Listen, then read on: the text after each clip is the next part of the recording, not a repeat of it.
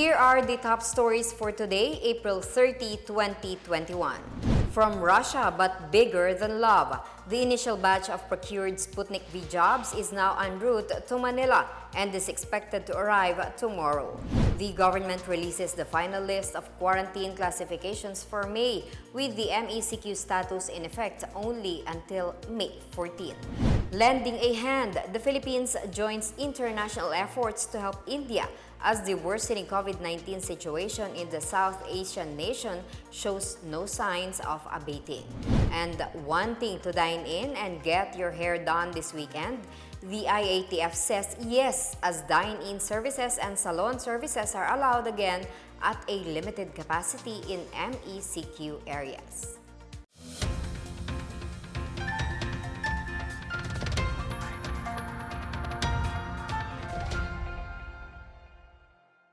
Good day, I'm Marita Muaje. Welcome to the PNA Newsroom.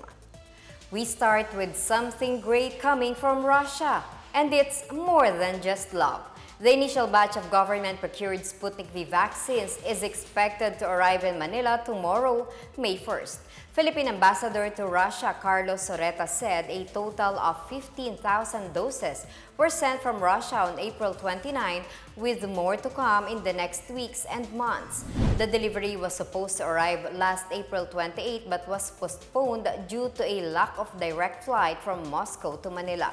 The cold storage requirements also made it hard to transport the Russian vaccines since they must be stored with a temperature not exceeding -18 degrees Celsius. Meanwhile, Malacanang expressed confidence that Sputnik V vaccine will not cause serious adverse effects. Sputnik V vaccine is believed to be safe and 91% effective against COVID-19. Dumaan naman po yan sa proseso ng ating FDA at yung ating expert panel group ay nagsabi na yung paggamit outweighs all the possible disadvantages. The government has released the final list of community quarantine classifications across the country. In a laging handa briefing, Presidential spokesperson Harry Roque said IFUGAO is now included in areas under Modified Enhanced Community Quarantine. IFUGAO joins the NCR Plus area, Abra, and the city of Santiago in Isabela. The MECQ status in these areas will be only until May 14. Meanwhile, Puerto Princesa City is now included in areas under the less strict general community quarantine. Roque said the IATF approved the city's appeal to shift to GCQ. The city and some part of the country will be under GCQ for the whole month of May. The rest of the country will be under modified GCQ. The government targets to inoculate more Filipinos by August.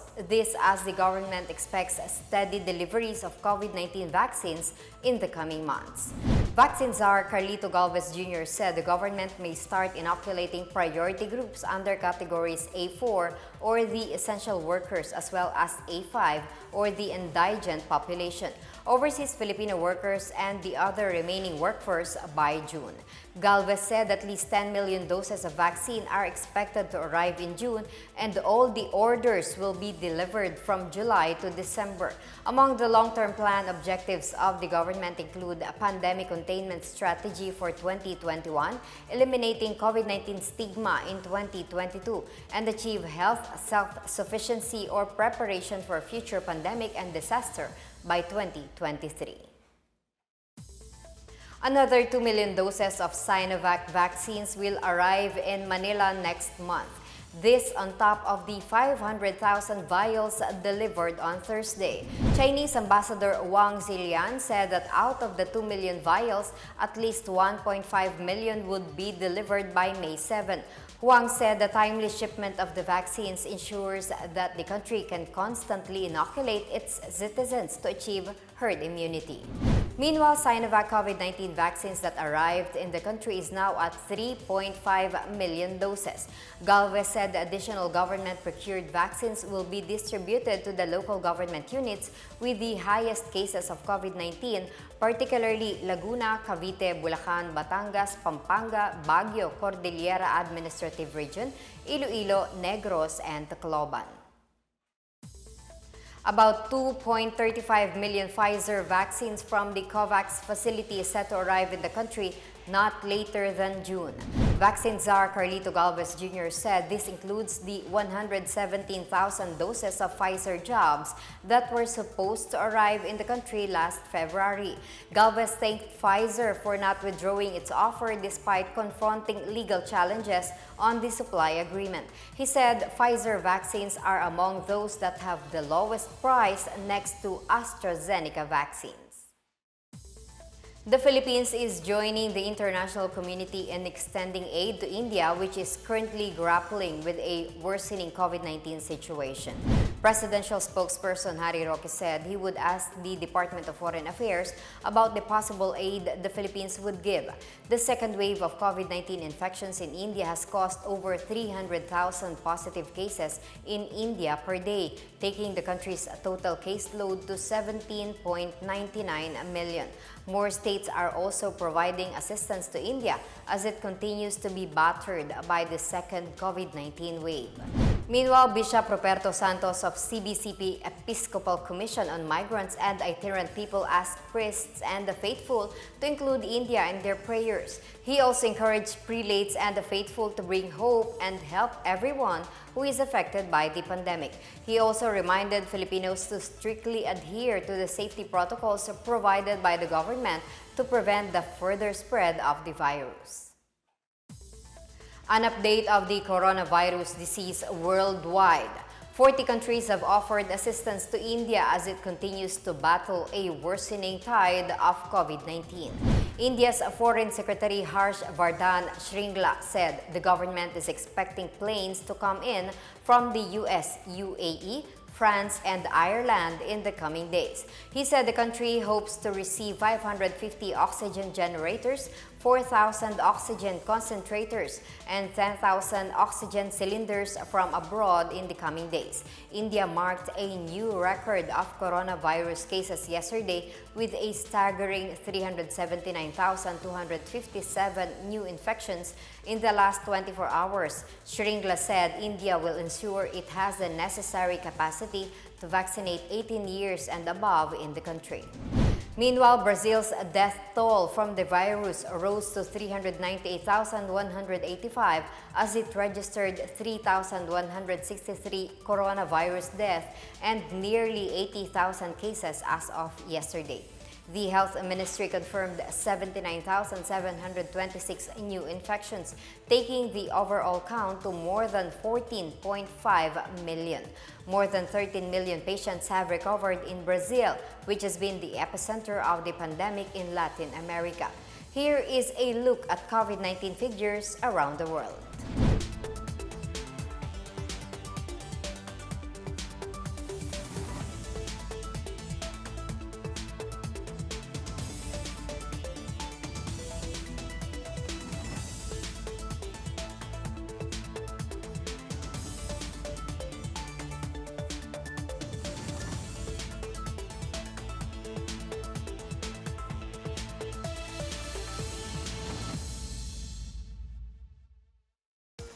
Still to come, the palace floats the possibility of resuming face-to-face classes in August. We tell you later why. And the Agriculture Department aims to ship more hogs to Metro Manila to ease price and supply woes. Details ahead. This is the PNA Newsroom.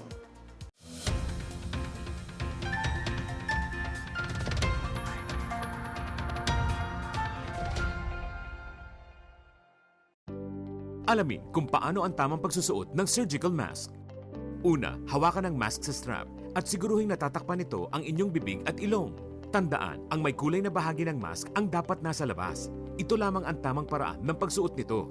Ihulma ang nose piece o maliit na metallic strip ayon sa hugis ng inyong ilong. Iwasan ang paghawak sa inyong ilong at bibig. Kung marumi na ang mask, hubarin ito gamit ang strap at itapon ito sa isang basurahan. Siguruhin ang maayos na paghuhugas ng kamay gamit ang sabon at tubig. Ang surgical mask ay dapat gamitin ng mga pasyenteng may sakit sa baga o mga taong mayroong ubo, sipon at lagnat, mga nag-aalaga sa mga may sakit, at mga healthcare at frontline workers. Maaari ring magsuot nito kung kayo ay pupunta sa matataong lugar. Basta't sama-sama at laging handa. Kaya natin to! Isang paalala mula sa DOH, PCOO, KBP at ng himpilang ito.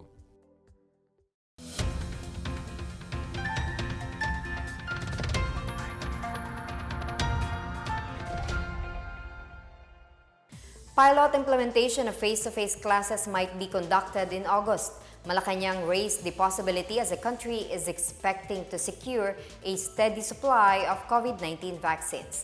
The Department of Education is planning to start the next school year on August 23. Ang sabi naman po ng Presidente, no, dahil matagal nang rin-recommenda po ng DepEd ng Department of Education, yung pilot ng pagbubukas ng ating mga paaralan, kapag dumami na po yung nabakunahan, wala naman pong objection yung So, dahil ang opening naman po natin ay na-move na to August, tignan po natin, baka by August, pwede na at least yung pilot, no? The Department of Justice is withholding any legal moves against the distribution of anti-parasitic drug ivermectin until an actual case is filed before it. Justice Secretary Menardo Guevara said that for now, it's the call of law enforcement agents. The Food and Drug Administration prohibits the importation, sale, distribution, or administration of unregistered drugs or vaccines in the country. However, the FDA recently granted a compassionate special permit to 5 undisclosed hospitals for ivermectin use on COVID-19 patients amid pressure from some doctors and private groups advocating its use. For ang Nakalusugan Party List Representative Mike Defensor, ivermectin will provide a cheaper alternative for poor COVID-19 patients who cannot afford the expensive remdesivir and tocilizumab medicines. Defensor and Deputy Speaker Rodante Marcoleta earlier led the distribution of ivermectin in Quezon City. Meanwhile, health experts said there is still no sufficient evidence showing ivermectin's efficacy as treatment for mild to moderate COVID-19 cases. Dr. Marisa Alejandria of the Philippine Society for Microbiology and Infectious Diseases said there are several factors which health experts consider to avoid misinterpretation of studies or clinical trials. She said they don't mix the prophylaxis and treatment in the analysis and separate the mild, moderate, severe cases because of different effects in the said groups. Dr. Jaime Montoya, chief of the DOST Philippine Council for Health Research and Development, said they will conduct a clinical trial on the drug by the end of May or first week of June. He said the plan is to recruit mild to moderate COVID-19 patients in the National Capital Region for the clinical trial. Local government units in Metro Manila are seeing the result of their intensified efforts to minimize the cases of COVID-19 infections in their areas. Meanwhile, IFUGAO will undergo a 5-day aggressive community testing amid the spike in the number of infected residents.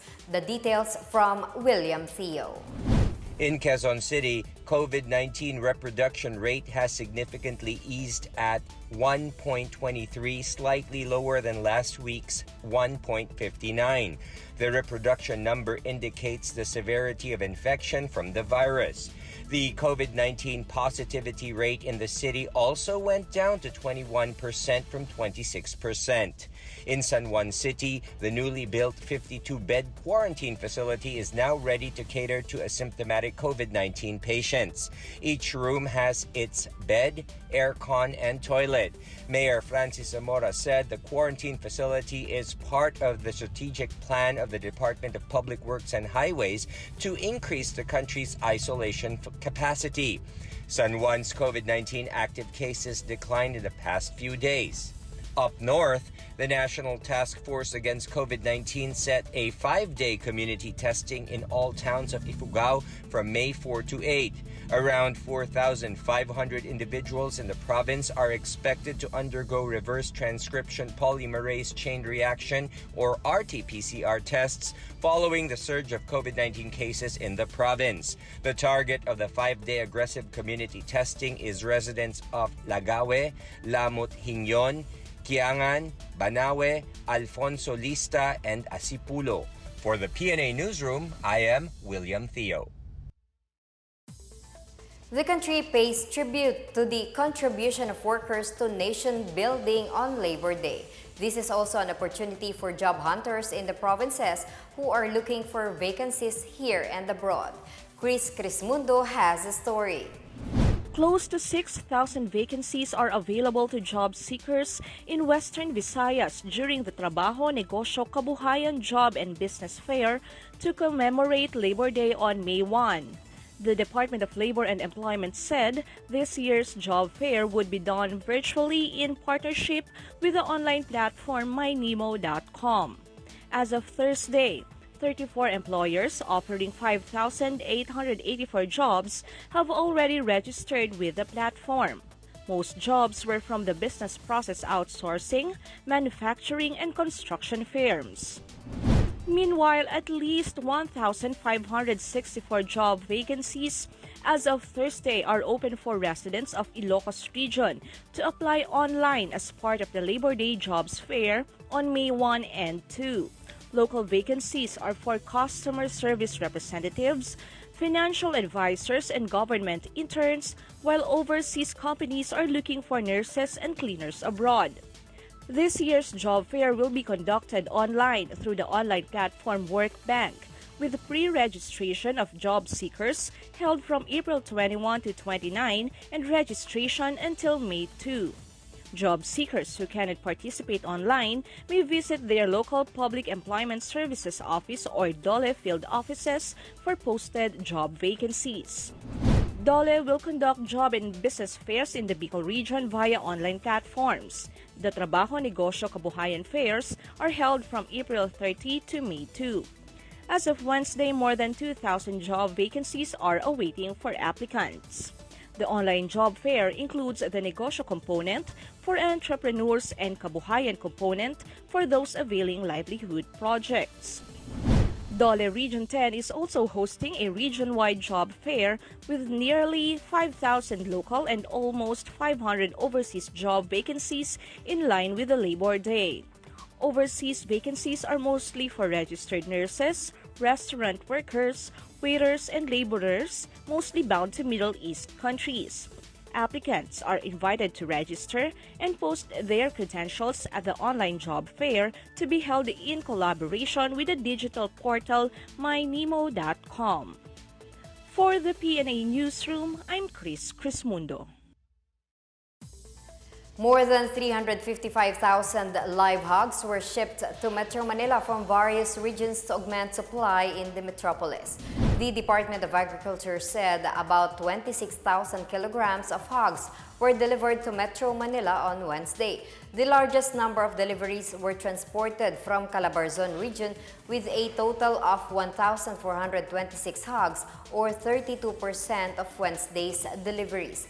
This week, the price of fresh pork kasim ranges from 340 to 390 pesos per kilo, while liempo sells for 360 to 420 pesos in 11 major markets in Metro Manila. Prices of liempo and kasim are the lowest in Region 6 at 250 pesos and 260 pesos per kilogram respectively. On the other hand, the price for both choice cuts are in Central Luzon at 350 to 380 pesos per kilogram. Provinces started supplying hogs to Metro Manila since February when Luzon was affected by the African swine fever. Going out with care this weekend, you can now get your hair done or dine in at your favorite restaurants, even if you're in a place under modified ECQ.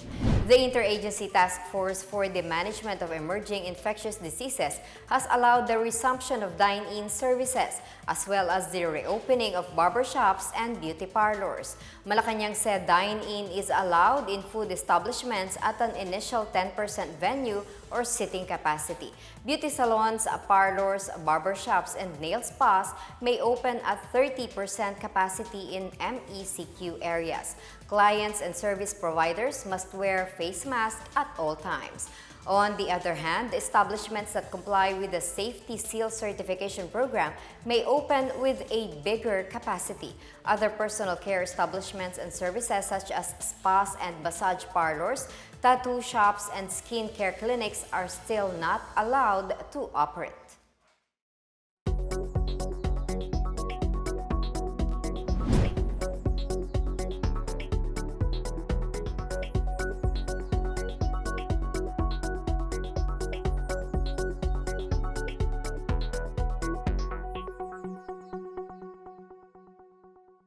Up next, Davao residents may soon get their national ID this year, and Dagupan City marks this year's Bangus Festival with a different celebration.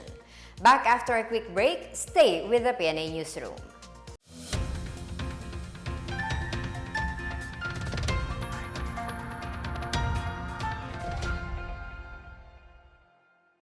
Alamin ang tamang paraan ng pag-ubo upang mapigilan ang paglaganap ng Coronavirus Disease 2019. Ugaliing magdala ng panyo o tissue. Kung uubo o babahing, takpan ang buong ilong at bibig gamit ang panyo o tissue. Kung walang dalang panyo o tissue, maaaring gamitin ang braso na pantakip. Kung nakararamdam na kailangan umubo o bumahing, agad na dumistansya sa mga tao sa paligid. Huwag dumura kung saan-saan, gumamit ng tissue at itapon sa basurahan. Ugaliin ang paghuhugas ng kamay at paggamit ng alcohol o hand sanitizer upang mamatay ang mikrobyo. Basta't sama-sama at laging handa, kaya natin to! Isang paalala mula sa DOH, PCOO, KBP at ng himpilang ito.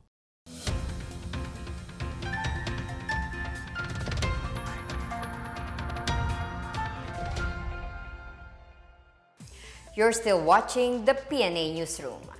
The Philippine Statistics Authority in Davao Region hopes that Step 1 and Step 2 registration for the Philippine Identification System or PhilCIS National ID System would be completed this year. PSA Region 11 Director Ruben Abaro Jr. said up to 1.4 million individuals have already completed Step 1 in Davao Region as of last year, while almost 50% are now at Step 2. He said Step 2 registration in Davao Region started in February this year. As scheduled, PSA targeted low-income households since the beginning of PhilCIS registration. Step 1 involves the basic demographic information of the registrants, like name, birthday, place of birth, and civil status. Step 2 refers to the registration of biometrics information. Step 3, which is the final step, involves the releasing of the PhilID and PhilCIS number or PSN. The online registration for PhilCIS was open to the public today, April 30. Justice is within sight for indigenous peoples with the issuance of an arrest warrant against religious leaders of a group accused of exploiting IPs for use of the communist movement. Attorney Marlon Bosantog, a co-complainant and legal cooperation cluster spokesperson of the National Task Force to End Local Communist Armed Conflict, said the warrant is a vindication of the struggles of the IPs who were taken advantage of by men of the cloth. He said the truth about the abuse of IPs cannot be forever buried by the lies and deception of the CPP-NPA-NDF and their legal organizations. The Davao City Regional Trial Court issued an arrest warrant for child abuse against 6 administrators of the United Church of Christ in the Philippines HARAN Center on April 21. In September last year, 4 members of the Ata Manoba tribe accused HARAN officials of harboring communist terrorist groups and using IPs for armed conflict, slavery, and other activities. Fiestas in parts of the country are in full swing even while under heavy watch amid the threat of COVID-19. In Pangasinan, some 1,200 bangus fingerlings have been dispersed while 60,000 bangus fingerlings were turned over by the city government to marginalized fisherfolk as part of Dagupan City's Bangus Festival 2021 celebration. The fingerlings were from the Bureau of Fisheries and Aquatic Resources. Mayor Mark Brian Lim said Dagupeños cannot celebrate Bangus Festival as usual due to restrictions in terms of mass gatherings. Lim is optimistic that the festival will again be experienced by the people after the pandemic ends. The Bangus Festival culminates on April 30 with the Kalutan Ed Dalan, a grand street party where participants grill bangus on the streets. In Guimaras, the provincial government is pushing through with this year's Manggahan Festival through a combination of virtual and physical activities from May 20 to 22. The Regional Task Force on COVID-19 said activities such as the festival would be allowed as long as they have a contingency plan and they could ensure a proper observance of health protocols. Meantime, the working committee of the festival would be presenting their list of activities and contingency plan before the RTF on May 4. The province will have a virtual and physical display of its signature mango products during the Manggahan Agri-Trade Fair. Also possibly lined up are a province-wide motorcycle fun ride, a sports festival, audiovisual presentations, and the virtual State of the Province address of the governor. In sports, the national team tryouts for the 31st Southeast Asian Games in Vietnam has begun, with 31 spikers participating at the Subic Bay Gymnasium in Olongapo on Thursday. Longtime Philippine team captain Vic de Guzman led the morning session aspirants. Meanwhile, former Ateneo stars Rex Intal and Isay Marasigan headlined those who tried out in the afternoon. De Guzman lauded the Philippine National Volleyball Federation for making sure that health and safety protocols are being followed. Only 9 missed out on the tryouts, one of which being Brian Bagunas, who is under quarantine after arriving from a game in Japan. Following a breakthrough silver medal finish in the 2019 Southeast Asian Games in Pasig, the Philippines is now looking to go for gold in Hanoi later this year.